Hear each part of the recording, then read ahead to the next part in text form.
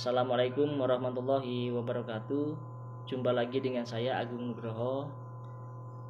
Saya sedikit akan memaparkan apa itu hambatan-hambatan dalam komunikasi bisnis efektif. Hambatan komunikasi kerap terjadi dan menjadi batu sandungan dalam sebuah bisnis dalam kehidupan sehari-hari. Oleh karena itu, macam-macam hambatan komunikasi bisnis perlu dikenali dan gangguan komunikasi mendapatkan penanganan yang tepat. Tidak selamanya komunikasi dapat terjalin dengan baik. Ketika muncul hambatan, kita perlu untuk segera mengatasinya agar masalah tidak melebar kemana-mana. Berikut adalah macam-macam komunikasi bisnis yang perlu kita ketahui. Hambatan yang pertama yaitu hambatan komunikasi teknis. Kendala teknis dapat terjadi dengan adanya munculnya hambatan komunikasi bisnis. Hambatan teknis ini dipengaruhi oleh kondisi lingkungan teknis yang menimbulkan hambatan pada arus komunikasi, sehingga komunikasi yang dibangun menjadi tidak efektif dan efisien. Bahkan bisa terjadi kesalahpahaman dalam berkomunikasi. Hambatan-hambatan komunikasi yang bersifat teknis ini mencakup ketersediaan fasilitas komunikasi, peralatan, teknologi, dan jaringan yang dibutuhkan. Hal teknis tersebut termasuk dengan kesiapan orang-orang yang terkait untuk melakukan komunikasi menggunakan metode dan media komunikasi yang disepakati.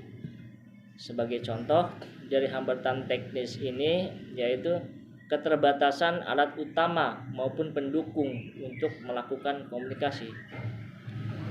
Contohnya apa? Contohnya smartphone dan jaringan internet. Karena itu kita menggunakan smartphone untuk berkomunikasi jarak jauh. Dibutuhkan perangkat yang memadai untuk melakukan komunikasi yang efektif, apalagi untuk pengiriman data berupa video maupun gambar-gambar yang dibutuhkan. Jika daya ponsel lemah atau jaringan tidak stabil, maka komunikasi dapat terhambat. Selain itu, keterbatasan dapat terjadi juga jika pengirim maupun penerima informasi belum menguasai penggunaan dari perangkat yang digunakan. Gangguan komunikasi ini sering disebut dengan gaptek atau gagap teknologi. Tidak semua orang dapat menggunakan perangkat komunikasi, apalagi perangkat yang menggunakan teknologi canggih. Hal ini dapat menghambat dalam proses penyampaian informasi sehingga sulit untuk membangun komunikasi yang efektif dan efisien antar komunikator dan komunikan. Untuk mengatasi gagap teknologi, pelatihan teknologi komunikasi perlu diadakan secara berkala. Jangan lupa untuk memberikan ruang konsultasi jika ada pertanyaan maupun saran dari para karyawan agar iklim komunikasi dalam konteks profesional bisa tetap nyaman. Hambatan yang kedua yaitu hambatan komunikasi semantik. Hambatan komunikasi semantik ini adalah hambatan yang terjadi dalam proses penyampaian informasi dari pengirim kepada si penerima pesan. Hambatan ini terkait dengan penggunaan bahasa dan pemahaman dari penerima informasi yang berbeda dengan maksud dari pengirim informasi, sehingga terjadi miskomunikasi.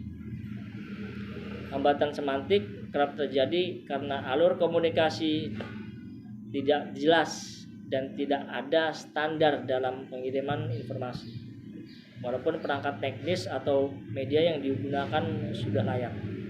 Namun hambatan komunikasi masih dapat terjadi jika si pesan itu sendiri dapat mengundang mispersepsi Sebagai contohnya, hambatan semantik ini adalah perintah dari atasan untuk menyiapkan pesanan pelanggan lebih cepat.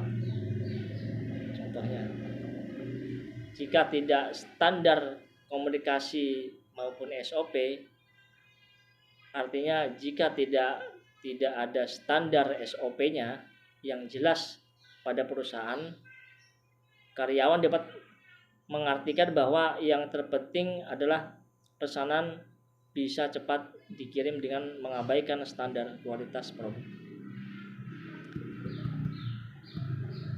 Hambatan yang ketiga yaitu hambatan komunikasi manusiawi. Hambatan komunikasi manusiawi adalah hambatan yang bersifat manusiawi. Tidak dapat dipungkiri bahwa setiap orang memiliki latar belakang, usia, pendidikan, pengalaman masing-masing.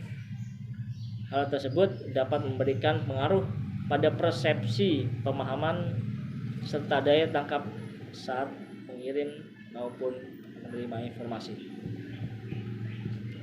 Perbedaan generasi juga dapat terjadi hambatan dalam komunikasi bisnis. Pola bisnis di masa ke masa cenderung mengalami perubahan. Dan juga dengan pola pikir orang-orang yang terlibat di dalam sebuah bisnis. Selain itu, hambatan komunikasi bisnis yang bersifat manusiawi juga mencakup dengan iklim kerja, tekanan, dan rasa aman dari setiap individu di lingkungannya. Tentu saja hal ini berpengaruh pada cara berkomunikasi baik sebagai pengirim pesan maupun penerima pesan. Contohnya dalam hambatan manusiawi ini adalah perbedaan pendapat tim promosi. Saya ambil dari sisi ini ya, marketingnya. Perbedaan pendapat tim promosi yang ingin menggunakan media sosial atau brosur yang disebar di keramaian banyak orang. Mungkin orang yang jarang berinteraksi di media sosial belum mengetahui seberapa efektif melakukan promosi di platform tersebut.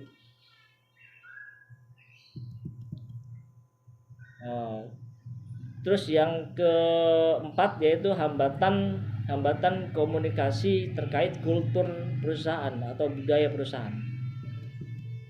Kultur perusahaan juga dapat berpengaruh pada munculnya hambatan komunikasi. Kultur perusahaan yang terbentuk secara tidak langsung dapat membuat komunikasi tidak efektif dan efisien. Struktur organisasi yang rumit juga bisa menjadi salah satu hambatan dalam komunikasi terkait kultur budaya, kultur dari suatu perusahaan tersebut. Karyawan menjadi tidak leluasa dalam menyampaikan informasi karena harus melalui prosedur yang rumit dan tanggung jawab yang tidak jelas. Terlalu banyak tahapan yang harus dilalui untuk menyampaikan informasi dapat menghambat waktu. Perusahaan dengan kultur komunikasi yang tertutup juga menjadi salah satu penghambat komunikasi. Tidak semua perusahaan memberikan kesempatan yang sama kepada semua karyawan untuk memberikan informasi. Bahkan ada perusahaan yang menutup kesempatan informasi tersebut kepada karyawannya. Kultur perusahaan yang tidak baik seperti adanya persaingan tidak sehat antar karyawan dapat menjadi hambatan dalam komunikasi bisnis. Karyawan dapat saling menjegal dan menutupi informasi penting untuk keamanan dirinya sendiri.